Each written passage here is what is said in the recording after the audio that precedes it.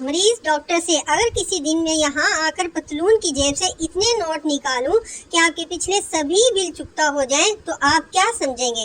Doctor: یہی کہ تم کسی دوسرے کی پتلون پہن کر آئے ہو۔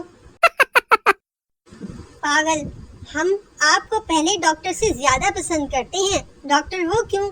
پاگل: اس لیے کہ آپ بالکل ہم جیسے دکھائی دیتے ہو۔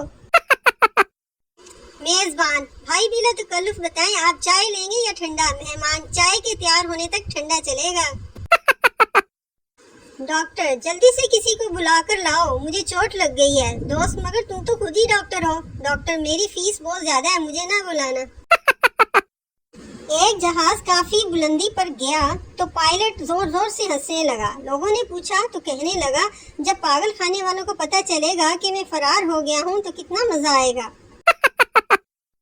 کنجوس وکیل: بیٹا میری دلی خواہش ہے کہ تم وکیل بنو۔ بیٹا: وہ کیوں پاپا؟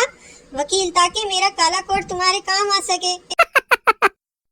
یار لکس والوں نے مجھ سے 5 کروڑ کا سوال پوچھا، پاکستان میں ایسا کون ہے جو سال میں ایک بار نہاتا ہے؟ یقین کرو دوست، 5 کروڑ کو لات مار دی لیکن تمہارا نام نہیں بتایا۔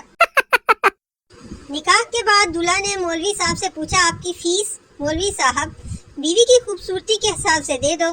دلہا نے 100 روپے دے دیے۔ مولوی صاحب کو بڑا غصہ آیا لیکن چپ رہے۔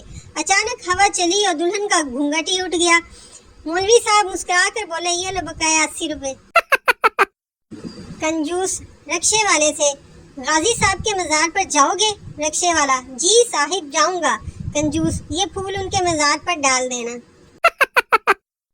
کنجوس آدمی نوکر سے: میں نے تمہیں وہ بھینس دی جو 1 سال پہلے مر گئی تھی۔